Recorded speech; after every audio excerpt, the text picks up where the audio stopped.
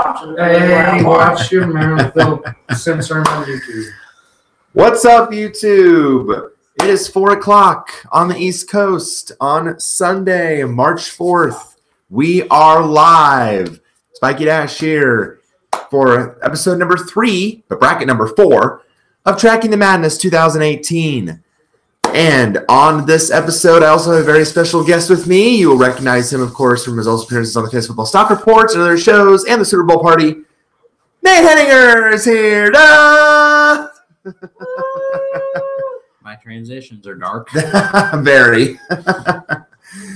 So he is with us to talk some hoops. We are getting down to the nitty-gritty. We are officially 1 week away from Selection Sunday. We've already had one conference tournament final be decided yesterday when Murray State clinched their bid in the Ohio Valley. Congrats to the Racers. Now we have 4 more today, one already today in a buzzer beater fashion. Congrats to the Radford Highlanders out of the Big South. Their first tournament appearance since 2009. Yes. 9 years. So thrilling stuff there. Congrats to them. 3 more bids to be handed out today. But also just a lot to sort out in terms of seeding, bubble teams. During this next week, these conference tournaments and the major conferences are going to be huge to decide who gets these last few spots. So I put together my projection about 3 hours ago, before today, the meat of today's games got underway. So that's what you were printing off when I was trying to take a nap. Yes, that's what I was printing off, yes. Yes, well, that and the new high school brackets for the Sweet 16 as well for all the different classes. I'm trying to take a nap. All of a sudden I hear. Yeah, that was my printer slowly coming to life. That thing is loud. It is loud, but it's good. It's a Canon. It's very good. Yeah. So, diving right in. Now, let me explain to you what they already know as the viewers, but I'll explain to you. The committee this year is using a new system to help determine the tournament field. Oh, okay. They're using what's called a new quadrant system. Okay. So basically, so the wins now are defined by the RPI of the teams that you beat. So, for example, a quadrant 1 win, say you beat a top 30 rating team at home. That's a quadrant 1. Or on a neutral floor, it's the top 50, but on the road, it's top 75. Okay. So your road wins have a lot more wider range and good value than your home wins. Okay. And then same with quadrant. And then quadrant 2 goes a little bit further. So like if you have a top 60 win at home, so like 31 to 60, that falls into quadrant 2. Neutral will be like 51 to 100. Road 76 to 135. That should make the selection easier. I think it does. Than, we always make a joke on Selection Sunday. We think the committee's doing this. Yeah, pulling their hair, looking at all these team sheets. Like how do I discern this from this? You know? So that system, if it works, that'll probably make it easier. It does because it really distinguishes, who you've beaten. The road wins are a little bit more valued than home, but the home big wins are also important. So it's just more structured. I like the fact, if I'm catching it the way it is, I like the fact that you get on your merit. Yes, absolutely. Teams that deserve to be in will be in.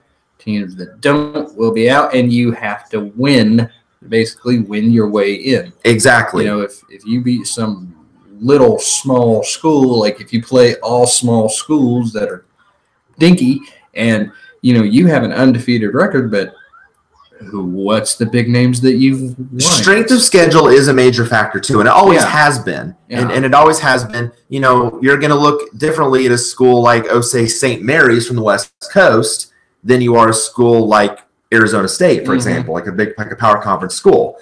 So that's the big thing, especially when it comes to the bubble. Or like, Rochester against UCLA, Yeah, exactly. Or something, right. Big name popular school. Power conference, mid-major conference. Yeah. Kind of a big difference. Yeah. So, but what the bubble teams are really rooting for in these conference tournaments is these smaller conferences or mid-major teams to win their conference tournaments so that potentially a bid might not be stolen. Because you got to think, say a top seed like a Middle Tennessee or a Nevada or Rhode Island loses in the conference tournament, and then someone like not expected to win the tournament steals that bid, that could be bad for the bubble team because that could steal a spot if the committee thinks that the top seed has a strong enough resume. Yeah. So that's the key thing.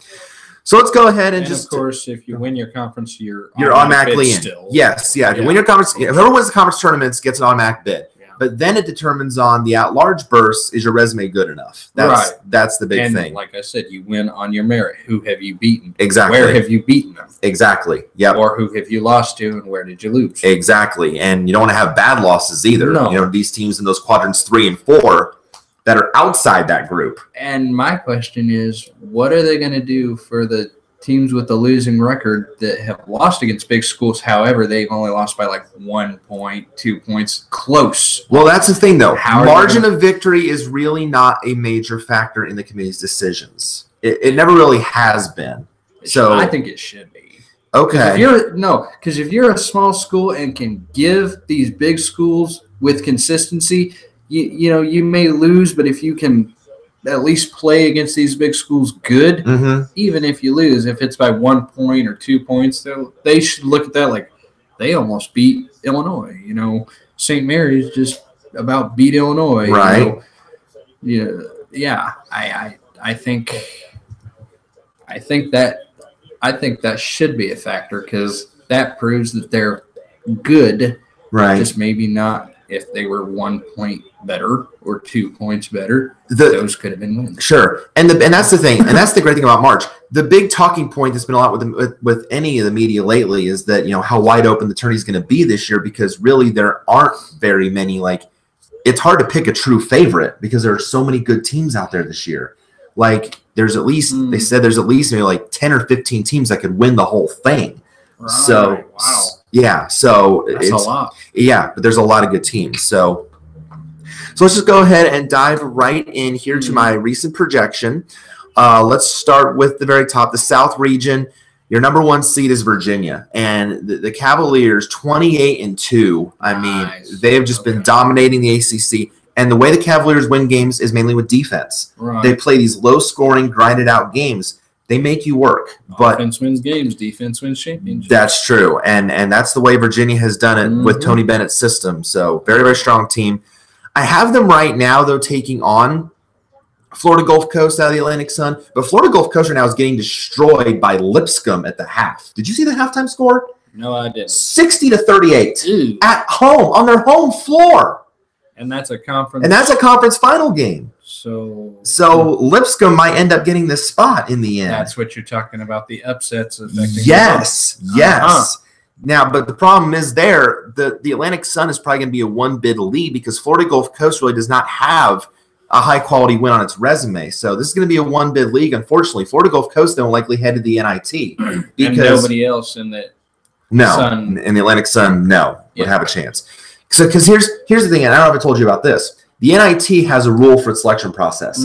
If you are a number 1 seed in your conference tourney, and you do not win your tournament, you automatically get the NIT if the NCAA does not select you. You say that. Yep. So, and that's happened a couple times already. Right. So it could happen today with Florida Gulf Coast. It happened with Rider out of the MAAC. It happened with Northern Kentucky out of the Horizon League. They lost. They were all number 1s. These were all number 1s. And UNC Asheville out of the Big South. So all those teams are headed to the NIT. And how do they get number 1 seedings if they're getting destroyed in their conference? They are the regular season conference champs.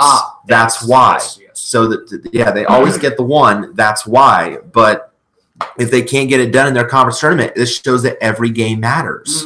So if you don't get it done and you have to win out just to ensure your spot, and it doesn't happen, you're headed to the NIT. Yep. So yeah. But they're just now starting the second half. So are they making the NIT any bigger, or no? The number 1s losing? The NIT is the same size of field, but they'll still take these top seeds, and they'll take the at-larges that don't make the NCAA as well. I think it's 32. I want to say it's 32 team field. Same as NCAA. NCAA 68. Oh yeah, yeah. NCAA is a lot bigger. Yeah. Oh, So at the end of the day, Lipscomb might actually take that spot if they can hang on here, which 29 points at half. That's a pretty big deficit. Wicked alley-oop right there. Garrison Matthews for Lipscomb has been the dominant guy. He has just been lighting it up from 3, anywhere on the floor.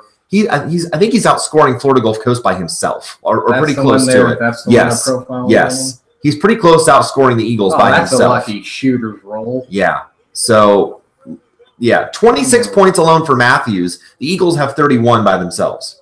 Huh. So nearly outscoring the entire team. That's crazy. Yeah. So Lipscomb might be a sneaky team to watch Kind of here. like when Kobe Bryant scored that 81 points. Exactly. Yeah. Kobe Bryant 41. The rest of the team they were playing against, At like 40 at 26. half, or something like that. Yeah. So like he was outscoring. the I'm whole impressed team that they're by doing this himself. on their home floor. That's what I'm more. Okay. Yeah. 60-31. So Yeah. 29 points on the Eagles' home floor. I wonder, wouldn't you like to be a fly on the wall in that locker room? Ugh. Yeah. Yeah. On our home floor. I mean, that's probably 4 words you'd hear Are you kidding me? with a lot of extra bleeps in there, I'm sure, too. No.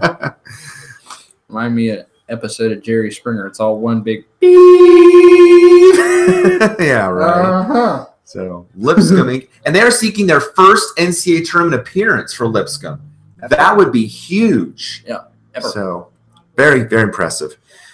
Okay, 8-9. Speaking of St. Mary's, as we mentioned, here I have Creighton, the Blue Jays, 21-10 out of the Big East. They have been very impressive all year. Recently, pretty much locked up their spot with their 3rd big win recently against the Gales, 28-4. Now, they won last night a quarterfinal game against Pepperdine, who is like the last place team in the West Coast. And they were down early most of that game, but St. Mary's rallied back and only won by 3. So that was very impressive. But they've been a good team all year with that 28-4 record. I think even if they don't win the West Coast tournament, I think they'll still get in as an at-large. I think they'll be okay. 5-12, Kentucky. Kentucky always dangerous. We know this out of the SEC. 21-10 record. A young team, as Kentucky always is, but we know Kentucky's talented. We know how good they are. Mhm. But I have them taking on a Louisiana team out of the Sun Belt, 26-5. That could potentially be a potential double-digit seed breaker because Louisiana can score a lot of points. Like, they can get up and down the floor. They remind me a lot of when – you remember when Little Rock upset Purdue in the first round? Yes. Yeah, they remind me a lot of that Little Rock team that can score, get up and down the floor, and just be very, very talented. So they remind me of that a little bit. And then the 4-13, Texas Tech out of the Big 12. The Red Raiders have been toward the top of the conference all year, 23-8. Their current record, 2nd in the conference, but only behind Kansas. I am taking on Vermont. The Catamounts have been the class of the America East the past several years. Only 1 conference loss all season this year, and they're still alive in their conference tournament right now, 26-6 record. I believe they either played today or they already won today, but they're still rolling along in their conference tournament as well. They could also be a sneaky double-digit seed. Bottom half, 6th seed. Look at that familiar team.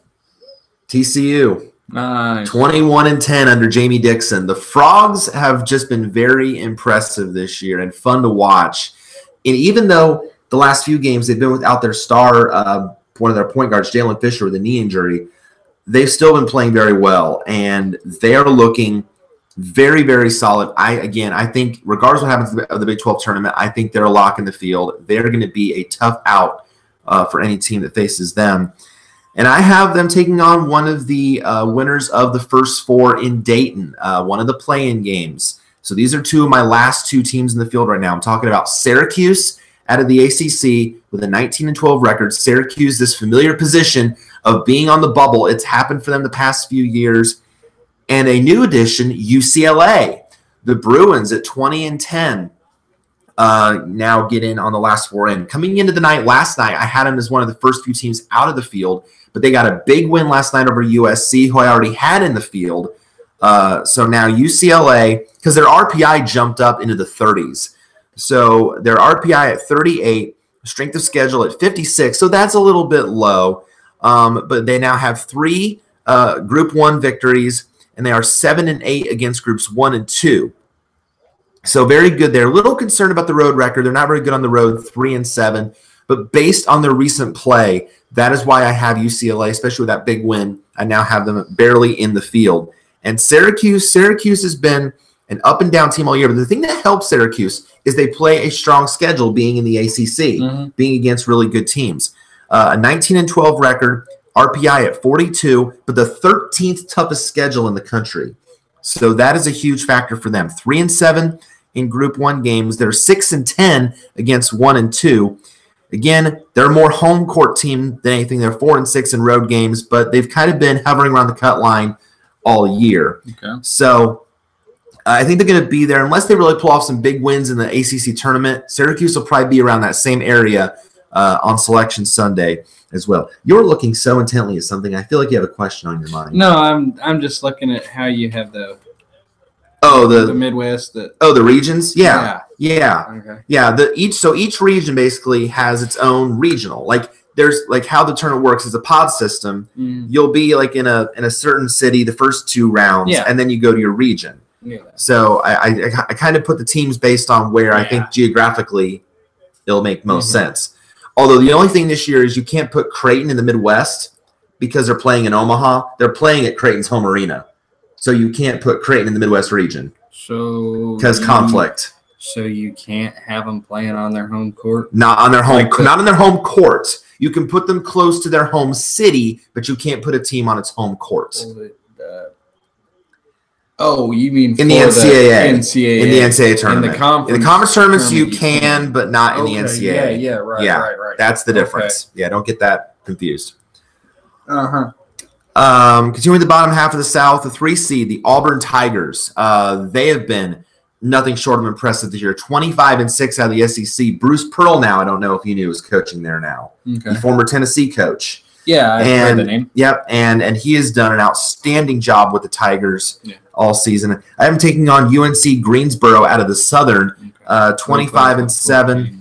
Right now, the top seed there. East Tennessee State, though, could also be a surprise there, but both those teams are now still alive in their respective conference tourneys, so we'll see who comes out of that. But right now, the Spartans have the number 1 seed, so they get the spot. 7-10, I would like this matchup. Texas A&M out of the SEC, the Aggies 20-11. Very solid profile. I think they have 4 quadrant 1 wins, so I think they're solidly locked into the field. Arizona State is a little bit shaky on a 10 line at 20-10. The reason, though, is because Arizona State was the last unbeaten left in college basketball. They were like, in the non-con, they were like 15-0 at one point, and now since conference play started, they hit the skids. So 20-10 now. And their numbers have gone down. 58 now in the RPI. 69th in strength of schedule. Not exactly a great number there. They still are 3-4 against Group 1 teams and 7-8 against 1 and 2. But again, that road record 4-6. So they're not exactly greater away from home. So that's why I'm a little bit worried about the Sun Devils right now. Not full on panic mode yet, but when you're on the 10 line, but a little bit worrisome. If they stumble in the Pac-12 tournament, that's when we kind of take a closer look at Arizona State and say, I don't know. So, but for now, I think they're okay. And what is a good strength of schedule? What is it? Lower the number? The lower the number, the better. So if you're maybe like 1 to 50, I would say if you're in the top 50 of the strength of schedule, you're looking pretty good. If you're outside of that, you got a lot to overcome. Right. So yeah, that's why with those numbers, a little bit. Take a look at that and go, I don't know. Sometimes you can't help that if you're in a weak conference. True. You play. The saying is you play who you play. Yeah. And you don't know how your opponent's schedule or how your opponents are going to do the rest of the season when you play them. So if real life is anything like the video game, I think you can pick like 4 non-conference on the video game, like NCAA basketball. You can pick 4 non-conference opponents. And only 4.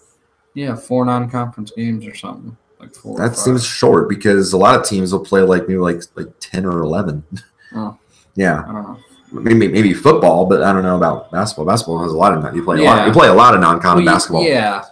So, because you also got some teams you realize got to play those preseason tournaments like your Maui Invitationals, your that kind of thing. So, And then the bottom half there in the South, the 2 seed, your defending national champion, North Carolina Tar Heels, 22-9 record, still doing well this season in the ACC. Yes. Still very strong. Have them taking on Wagner out of the Northeast. The Seahawks right now, the number 1 seed there in the Northeast Conference, still alive. 23-8 record. Have pretty much run the table in that conference all year. So it would be a major shock if they went out of their conference tournament early. On to the Midwest region. No surprise in the top line here, the Kansas Jayhawks. They are a stalwart of being a top seed, and this year winning their 14th consecutive Big 12 title in the regular season. 14 straight. You don't think Bill Self has done a great job with Kansas. And now, how do they win their conference in basketball? Is it best record? It's best record in conference play, yes. Okay. What if someone ties? Then it's usually head-to-head. Okay. Yep, head-to-head tiebreaker. Yeah, yep. okay. Usually, yeah. So yeah, I think Kansas won it outright because, they were a game ahead of Texas. Either a game ahead of Texas Tech or 2 games ahead of Texas Tech. Now, does basketball have conference championships to decide a conference like the SEC East against West or whatever? It's decided Like in your it's decided in your tournament. Okay. Yeah, it's decided in the tournament. Yeah. Okay. Now, and usually for the most part in the tournaments, usually everyone is eligible unless you're either A, ineligible due to NCAA penalty, or you don't have a good enough record because some teams only take the top 8 or the top 6 or what have you. So I know, like in football, they play a conference championship at the end of the. Right. But then again, they don't have a conference tournament. Correct. In football. Correct. They just have one conference championship game. Yeah. Right. That's the difference. I didn't know. But no, Kansas has been nothing short of impressive, and they're going to hopefully make some more noise in the tournament this year as well. And again, I have them taking on one of the play-in winners, first 4 in Dayton, the 16, either Bethune-Cookman out of the MEAC right now, leading that conference at 18-13, or Arkansas Pine Bluff out of the SWAC with a 12-20 record. Now, the reason they're so bad, in terms of record-wise, I think 12-20. Why? Well, they're leading their conference. They played all these tough non-conference games, won none of them. They went like 0-14 in the non-con, and now are leading the conference. I love these basketball conferences. MEAC and the SWAC. Okay. Yeah. The shortened versions of them. MEAC is Mid-Eastern Athletic Conference, and SWAC is Southwestern Athletic Conference. And I like in basketball, too, you have so many more different conferences. Yes, you do. Atlantic Sun. Yep, Atlantic Sun, Big South, Patriot. Yep, the Southern, MEAC, the SWAC. Yeah.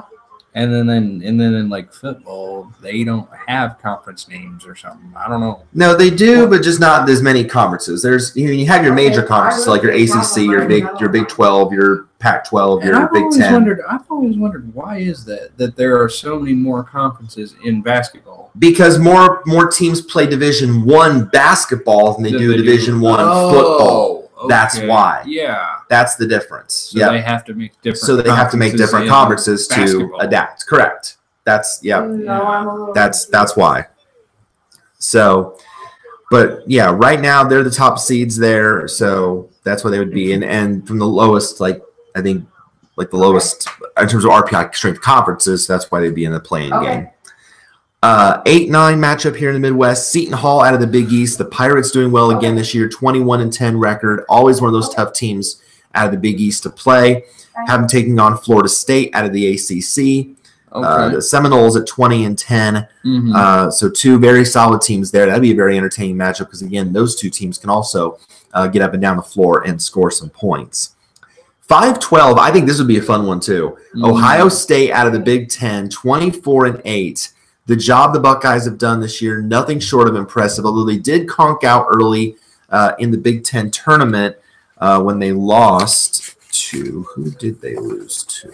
I can't remember. Oh, yeah, I think Penn State beat them again. Oh, that's right. Penn State did beat them again. Penn State beat them 3 times this year. Yeah. Which was surprising. Wasn't it by like 1? 69-68, that's right. But Ohio State's still a good team. But I have them taking on Middle Tennessee. And Middle Tennessee could be a team that could also make some noise come March. 24-6, the Blue Raiders have been the top team in Conference USA now these past couple years. And do remember, they know how to beat a Big Ten team because they beat Michigan State a couple years ago in the first round of the tournament, wire to wire, and nobody gave them a chance. Yeah. And they pulled off the upset. So they know how to compete against Big Ten teams. So Keep an eye on the Blue Raiders. They might be a surprise as well. And then that 4-13 also that I have could be an interesting one because Arizona is the 4 here, 24-7 out of the Pac-12. Has been a good team all year, but again, a lot of uncertainty surrounding the Arizona program because I don't know if you're aware about the probe that's going on in college basketball. Or are you aware? Maybe, maybe not. Okay. The FBI has been involved. There's been a lot of teams. Oh, is that the paying players thing? Yes. The benefits. Okay, I told you about that. Yes. Well, Arizona They was one had of the a schools. list of everybody. Yep. Yeah. Yep, and Arizona is one of the schools named. And Right. Yes. and You did- supposedly, you according did to tell me that. ESPN, Coach Sean Miller was caught on a wiretap talking about a $100,000 payment to one of his recruits, DeAndre Ayton, so he could stay at Arizona. Are they So wiretap just because they want to, or is it due suspicion? Hey, we're gonna wiretap this guy. there was to see a if- bunch of conversation, supposedly. Yes, Well, this how wasn't does he just not know one. he's being wiretapped? Or is it based on suspicion? They get the permission Somebody from had the to tip FBI off or somebody. something. And say, okay, we're gonna wiretap. Yeah, this. somebody had to tip off somebody they that gotta- led to it. You know, yeah. you can't just wiretap a guy just to do it. 'cause Correct. That's illegal. Watergate. So, right. So there's a lot of uncertainty surrounding him, uncertainty surrounding the Yeah. program, Ayton, Alonzo Trier, who just got re-eligible lately. So a lot of questions surrounding Arizona. Mhm. But I have them playing South Dakota State, the Jackrabbits out of the Summit League, 26-6. And Mike Daum, who's their big go-to scorer, he's a fun player to watch. I think they could also potentially make some noise in the NCAAs as well if the Jackrabbits win the Summit League and get in. The only challenge to them is going to be South Dakota, the Coyotes, who's the number 2 seed in that tournament. I think they're the 2 best have any chance, but I'd like to see the Jackrabbits get in because, again, Daum is such a very solid scorer. So Okay. I think they could make some noise as well. Bottom half of the Midwest. Your 6th seed is your Florida Gators, 20-11 out of the SEC. There was a lot of uncertainty about Florida the past couple weeks because their RPI numbers are very high, but they have solidified that up. They've gotten some big wins. Florida has the most quadrant 1 wins of any team in the field. They have 9 quadrant 1 wins out of their 20. So they are a lock to make this field. No doubt on Florida now. Gators are good. And I have them again taking on one of the winners of the first 4 in Dayton on the 11 line, Louisville. The Cardinals out of the ACC, 19-12 record. Louisville, again, has been very much hovering around the cut line for a while, but they picked up some big wins recently, and their numbers are going up. So the Cards now are in. And Kansas State as well out of the Big 12, coached by Bruce Weber, 21-10. Kansas State has had to overcome a brutal strength of schedule. That's why they are so low. Even though they're 21-10, their RPI is low, their schedule's low. So that's why they're the last team in the field. You look at Louisville, though, RPI at 47, but a 22 strength of schedule. So Louisville helped themselves by playing a very difficult schedule. 3-10 against Group 1 teams and 4-12 against 1 and 2. So you look at Louisville, another good thing, no bad losses. So that also helps the Cardinals. Okay. 4-7 on the road, so not great there. So a little bit of a risk there. But for the most part, Louisville's looks very, very solid. Now, Kansas State is not out of the woods yet. RPI at 62. Strength of schedule 77. So that's a little bit concerning for the committee. 3-7 in Group 1 games, 9-10 against 1 and 2. So again, also no bad losses. That's good for Kansas State, and a good road record of 6-5. So there's some good things there to help Kansas State. Some other things though to kind of make you take it back and say, I don't know. So that's why they're on the cut line right now. So there'll be a lot of questions for them. So again, with their conference tournaments coming up, if they can get some big wins, they'll be safer. If not, a lot of question marks. Cincinnati out of the Americans. Cincinnati is the 3 seed here, 27-4. Pretty much locked up the regular season title today, winning at Wichita State, which is never easy, and winning by 1 point, 62-61. So that was a huge win for Mick Cronin's team. The Bearcats have been impressive all season. They will be a team to watch in the tournament. I have them taking on Bucknell out of the Patriot League, 23-9. The Bison have been the top seed pretty much all year long. They usually come out of the Patriot League. They are very much like a three-point shooting team. They can hit them with the best of them. They've pulled some upsets before. I remember the year they knocked off Kansas in the NCAA tournament in the first round. So they can compete with the best of them. 7-10 game, Miami out of the ACC. The Hurricanes, 22-8. Another very solid year for Jim Larranaga's team. Very solid all around. I've watched a couple of their games this year against ACC competition. They've done very, very well. So they're going to be a team to watch. Taking on St. Bonaventure. I have the Bonnies in the field as a lock. I know there's a lot of disagreement with St. Bonaventure because, again, the Atlantic 10, not exactly a major conference. But here's the thing I think that got St. Bonaventure over the hump. They beat Rhode Island. They beat the top team in the league, and that got them their fourth quadrant 1 win. So I think St. Bonaventure is safe, 24-6. I think they're going to be okay. If they stumble in the conference tournament, I think maybe they'll have a lot of people questioning them still. I don't. I have them as a lock. I think they're okay. Regardless of what happens in the A10 tournament, I think St. Bonaventure is in the field because of that win over Rhode Island. Mm-hmm. They needed that bad. And then the 2 line, Purdue. The Boilers, 28-5, have been so solid. Aside from that slump in the Big Ten season, they lost 3 straight games to Ohio State, Michigan State, and Wisconsin. Aside from that, Purdue's been absolutely amazing all year. They're playing for the Big Ten title actually right now, 4:31 Eastern time. They're tipping off just now against Michigan at Madison Square Garden for the Big Ten tournament title. So they're on the 2 line now. If a 1 seed potentially stumbles, Purdue certainly could jump up to the 1 line if a top seed would stumble in their conference tournament. So especially if Purdue does win the Big Ten tourney title. So right now, solidly on the 2 line. I have them taking on Wright State, the Raiders out of the Horizon League with a 23-9 record. Remember, the top seed Northern Kentucky lost got upset by Cleveland State in the Horizon League tournament. So now it opens the door for Wright State to take control and win that conference tournament potentially. So right now they are the favorites, so they get the spot right now in the field. East Region, top seed here, Villanova. Of course. As much as I hate to say that, yes. Jay Wright's team is always very good, 27-4 out of the Big East. Again, toward the top of the conference this year. Florida Gulf Coast is trying to mount a comeback. They've cut it to 18. They were down 32, and now they've cut it to 18. Here come the Eagles. Mm-hmm. Stay tuned on this. Yep. But Villanova, again, very solid as always. Racked up tons of wins this year. They're going to be a tough out for anybody.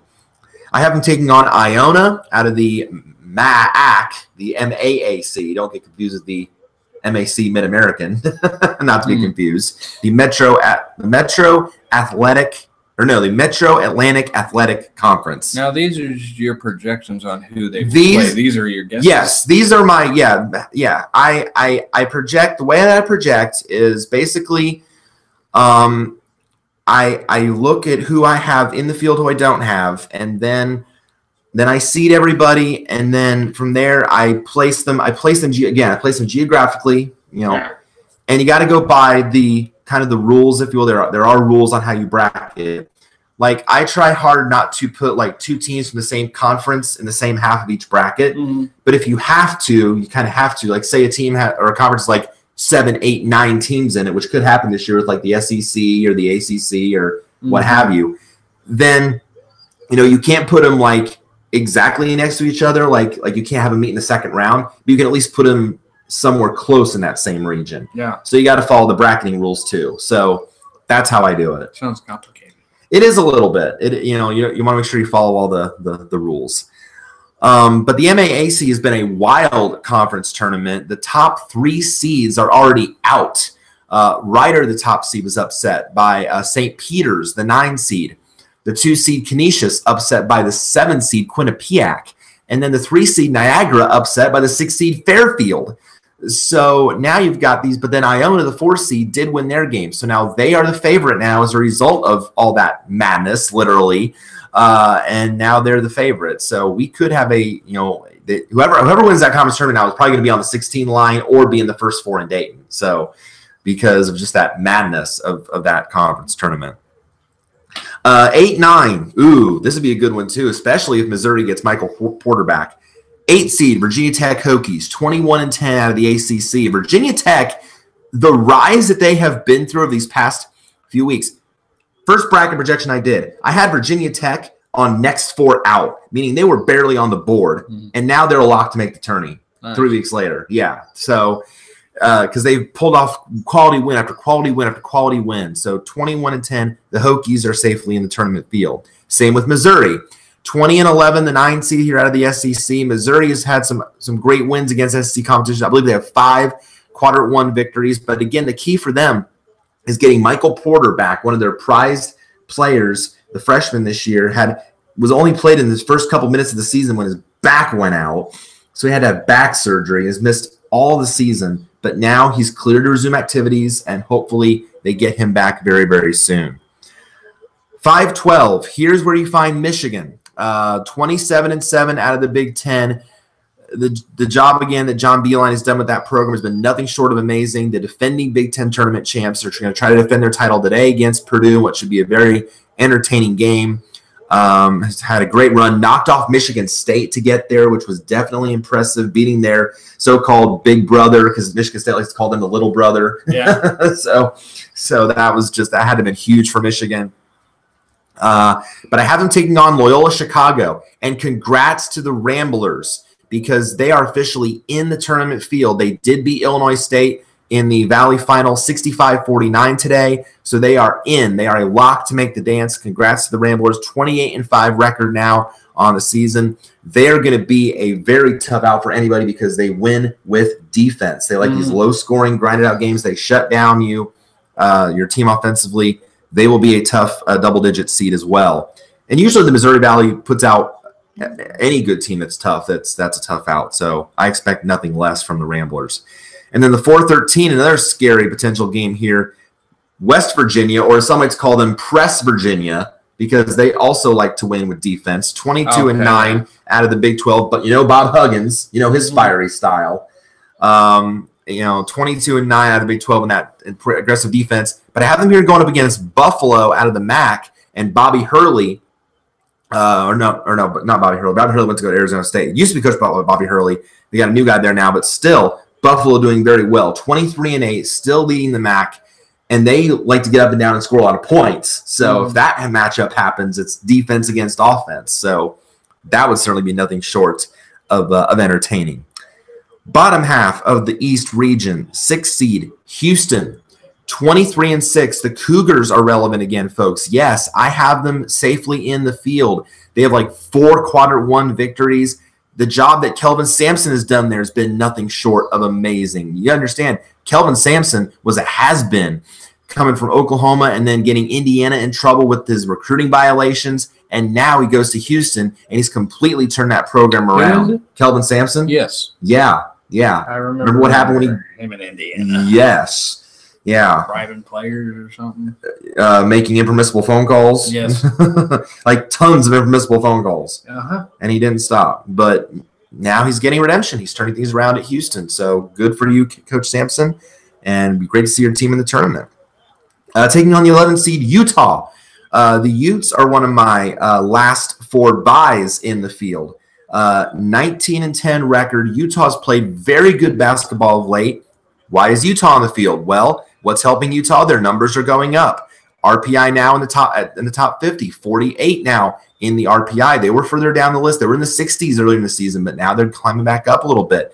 Still a rough strength of schedule at 61, but Utah's been winning these big games in the Pac-12, 3-5 in Group 1 games, and 6-9 in Group 2. So still solid there, and they're decent on the road, 5-6 record on the road.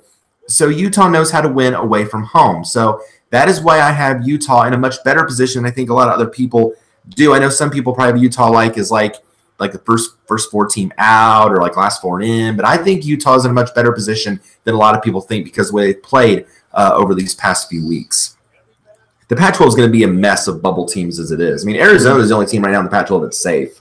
I mean, you got Arizona State, you got Utah, you got UCLA, you got USC, you got Washington, Oregon. I mean, there's a lot of teams in the mix.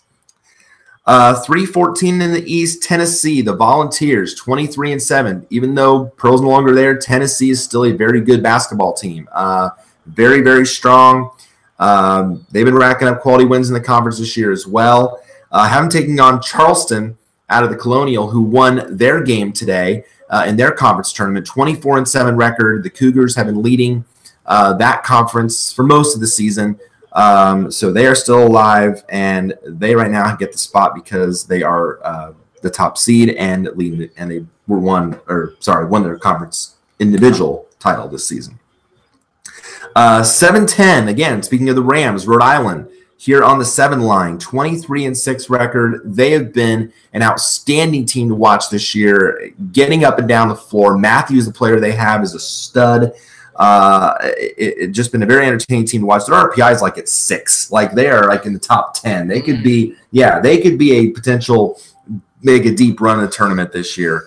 But I have them taking on Providence, and Providence again has been one of these teams that have been again hovering around the cut line all year. 19-12. I have them on the 10 line as one of the last 4 buys. So for now, safe, but certainly not a lock by any stretch at the moment. Again, when we look at why. Because Providence, again, usually wins games at home. You say 10 line. What? Like, I noticed at the bottom here, you've got the last 4 in, the last 4 out, and all that. Mm-hmm. What is a 10 line? Like, okay, that's like their seed. That's what I call it, like the seed line or the cut line. That's what seed they're on. Okay. So when I say 10 line, that's the line of seeding that they're on. Okay. So that's what I mean by that. So when I 10 or 11, if you're a 10, if you're 10 and 11, you're not like one of the last few teams in. Like you avoid the first 4. Like you avoid that play-in game in Dayton. So if you're above that, you're not locked into the field yet, but you're kind of riding a dangerous line. Yeah. You're right on the line. So so why is Providence there? Well, I mean, the computer numbers look real good for Providence. A 43 RPI and a 24 strength of schedule. When you play in the Big East, though, you're going to get that high strength schedule. That's really good. But you look at the other numbers. Only 3-8 in Group 1 games. So they don't have a lot of big quality wins. 8-9 in 1 and 2. And 4-7 on the road. So that is really what's hurting Providence, that they're not so good on the road as they are at home. So for now, I think they've done enough to warrant selection, but certainly not safe yet. And then the 2:15 game here in the East, Duke. I mean, the Blue Devils, what more can we say about Duke? It's Duke. We know they're good. 25-6. They beat North Carolina on Saturday, unfortunately. 84-74, so or is that or like 74-64, something like that. So 10-point win. So they split the season series this year. But Duke all time in that series has the last 100 so meetings like a 1-win lead, I think, or something, and the points are close. So you know how big that rivalry is. It's huge. And I have them taking on Penn out of the Ivy League. Penn right now, first place in the league, battling that with Harvard. And did you know, though, the Ivy League did not have a conference tournament for the longest time until just last year? Really? They did not have a conference tournament. They awarded the automatic bid to the regular season champion. But until then, last year they decided we're going to have a 14 tournament. Yeah. So the top 4 seeds then play a tournament, and then the winner of that gets the automatic bid. Okay. So they finally decided, you know what, we're going to break all this tradition and finally have a conference tournament. Have a 14 tournament. Have a 14 tournament. Yep. 2-rounder. Yep. Just 3 games. Yep.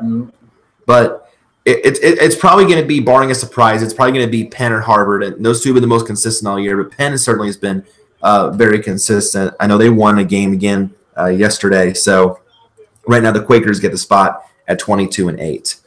And then finally, the West region. Top seed here is the Xavier Musketeers out of the Big East, your regular season Big East champs, 27-4 record, led by their star, Trayvon Blewett. And, of course, you're seeing some familiar names in basketball. Absolutely. Xavier is always in the mix. Xavier's always talented. I don't know much about college football, but I know that Xavier basketball. What did I say? You said football. Sport. I know more about college football than I do about college basketball. I watch it whenever it's on. Right. But when it comes to basketball, in college basketball, Xavier's always a name you hear at some point. They always make deep runs. They're always good. They are. And Blewett, who's from Indiana, by the way, he's a Indiana high school grad. Okay. Very entertaining player to watch, fun player to watch. He's their star. He's great. And when he goes, Xavier goes. I'm taking on the winner of the first four game in Dayton here on the 16 line. Radford, we mentioned Radford winning the Big South tournament, so they are now a lock. They are in 22-12. I have them here taking on Southeast Louisiana, who currently leads the Southland Conference, 21-10. They're in a battle with Nichols. Those are going to be the top two teams in that tournament when that conference tournament starts. But right now, the Lions leading the way in that conference with a 21-10. So you either have mark. Xavier taking on Radford or Southeast Louisiana. Whoever wins that game, yeah. Oh, whoever wins that game hasn't been played. Yeah, it's a play-in game. You know, the first four games in Dayton are basically called the first, or like play-in games. So you play your way into the main 64. So it goes from 68 to 64 in a matter of 4 games. Yep. So, and look at Florida Gulf Coast. They've cut that 32-point lead down to 11. Yep. Wow. See that? That is nuts. Again, they probably got a fire lit in the locker room. Yeah. I bet they did. You know what? Yeah, you know what? You know what, chewing? No, yeah. Fire under their fire. I just imagine like you light a propane grill. Right? Just the flame just right underneath it. Just boom, right there. Coach probably stuck them on some propane tanks and just no kidding. 8-9 matchup. I like this one too. Ooh, fire. Oklahoma out of the Big 12, 18-12 record. I think they're safe. A lot of people, with Oklahoma struggling of late, they looked good at the start of the year, then struggled down the stretch. But I think they're okay. They still have like 6 or 7 quadrant 1 wins.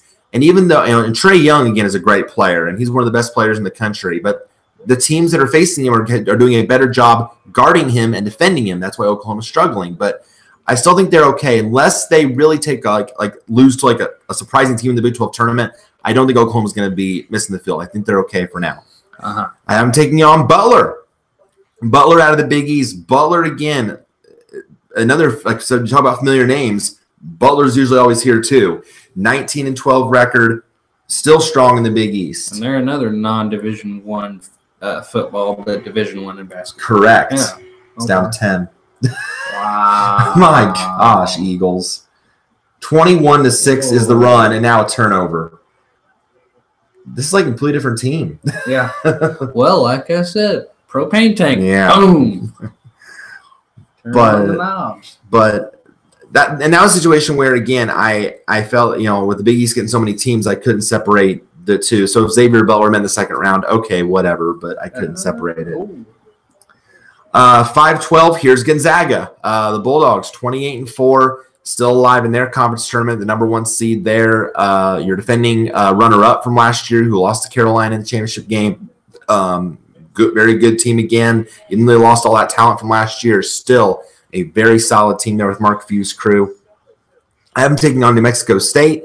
The Aggies out of the WAC, the 12 seed here, 25-5, have been the top seed in the WAC all season long. They have been the most consistent. Another turnover. Jeez. So right now they are the favorites to win the WAC title. 4-13. Clemson, the Tigers, 22-8 out of the ACC on the 4 line. Very solid bunch that Clemson has there. And I have them taking on, though, Murray State, the team that first punched their ticket in out of the Ohio Valley, the Racers, 26-5 record there. They could also potentially make some noise as well as a double-digit seed because the Ohio Valley teams also tend to score a lot of points and get them down the floor as well. And do you remember Murray State, when they last made the tournament, upset Louisville in the first round as a number 13 seed? So that could be a potential deja vu again. Bottom half of the West, 6-11, Nevada, the Wolfpack, 26-6 out of the Mountain West, leading that conference right now, pretty much have all year. They've been a very impressive team to watch. I watched a couple of their games as well. And I don't know if you remember Kendall Stevens, when he briefly played at Purdue. He transferred to Nevada, and now he's killing it in Nevada with those 3-point shots that he always hits. Yeah, I know it's a bummer. I know. I think he was bummed about playing time, I think. I think was the reason. I think. Want some cheese with that wine? Well, Purdue's loss is Nevada's game, unfortunately. But we still got a lot of shit. They'd probably be undefeated if they had him. That's true. Yeah. But Purdue's got a lot of good 3-point shooters too. Matthias, Klein. Too, wasn't he? Stevens have a little bit of height, not Yeah. crazy, but a little bit of height. But man, he can hit. And I have him taking on USC. I mentioned the Trojans, 21-10 out of the Pac-12 again on that last 4 buys line right now. Here on the 11 line, USC to me, because they're second in the Pac-12. I think that helps USC. 35 RPI, 44 strength of schedule. Good numbers.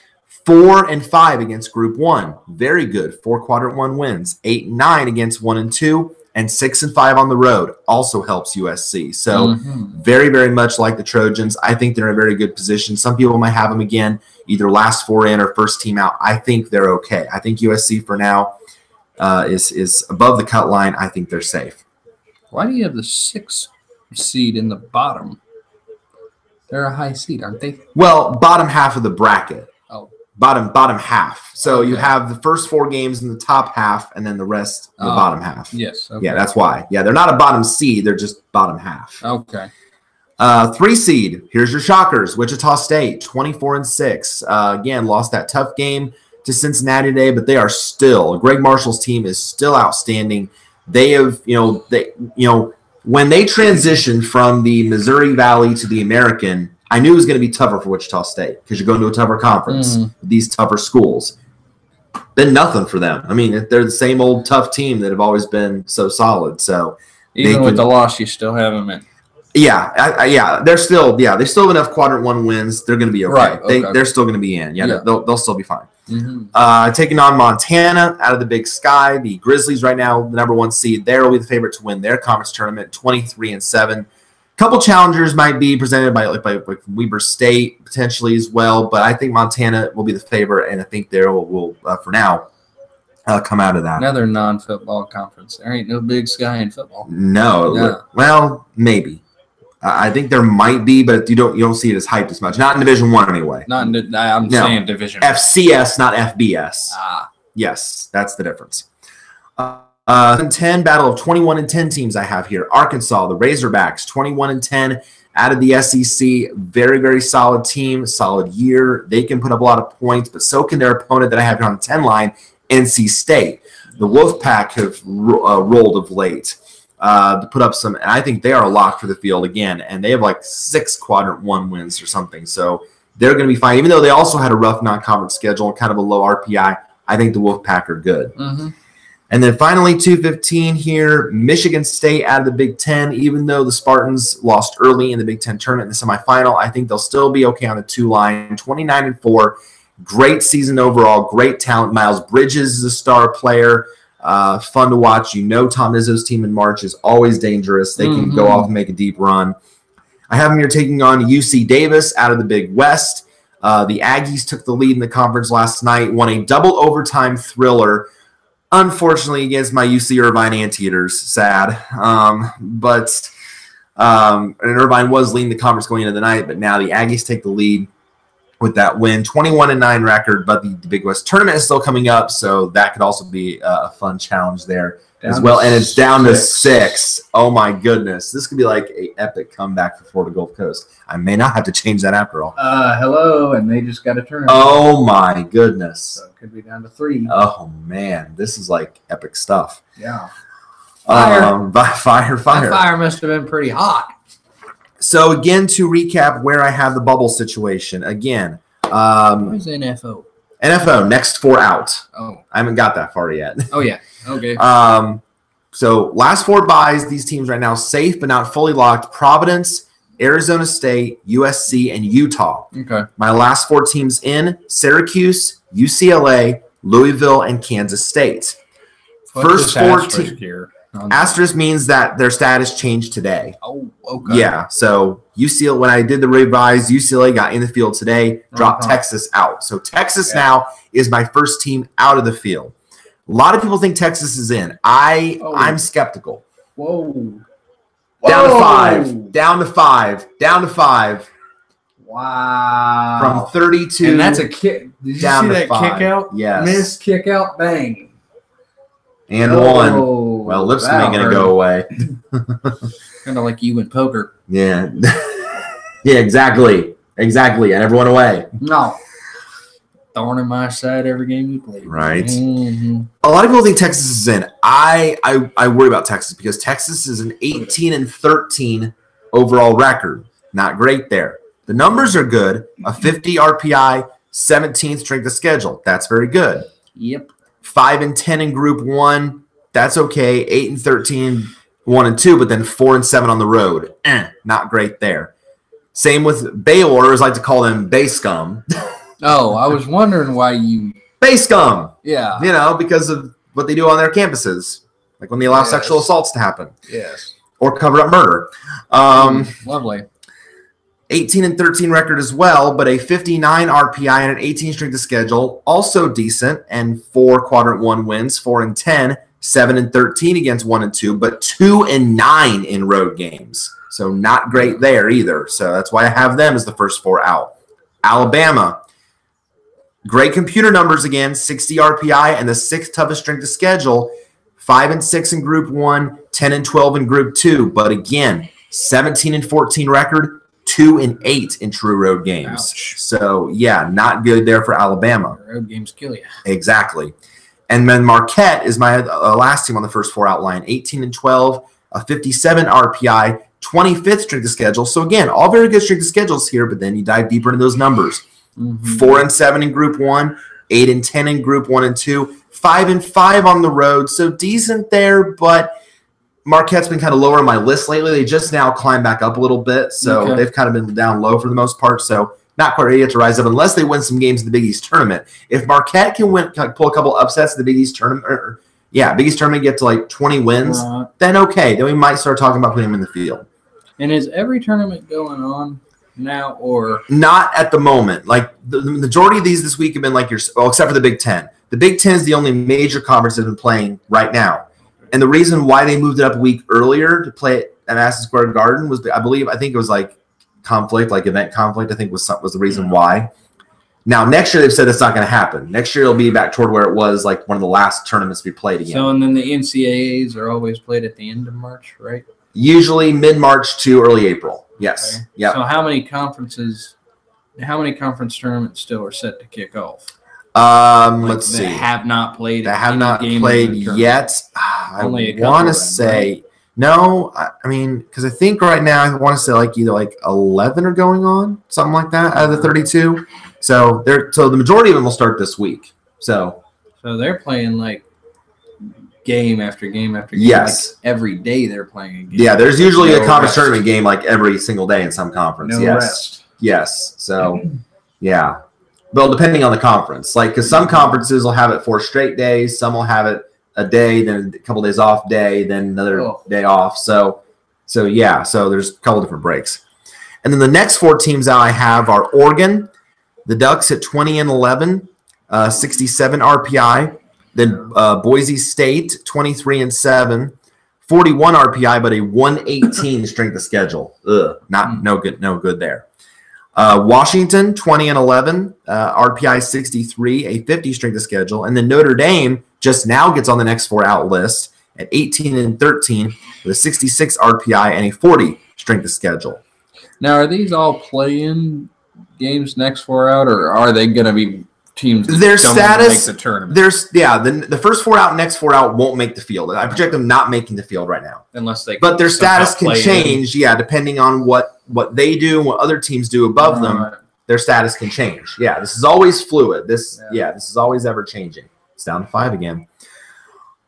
The teams that I have projected to head to the NIT are Western Kentucky, Nebraska, Riders automatic because they lost as a 1 seed, Penn State, Belmont, Northern Kentucky lost as a 1 seed, and UNC Asheville lost as a 1 seed. So I have those teams projected to go to the NIT.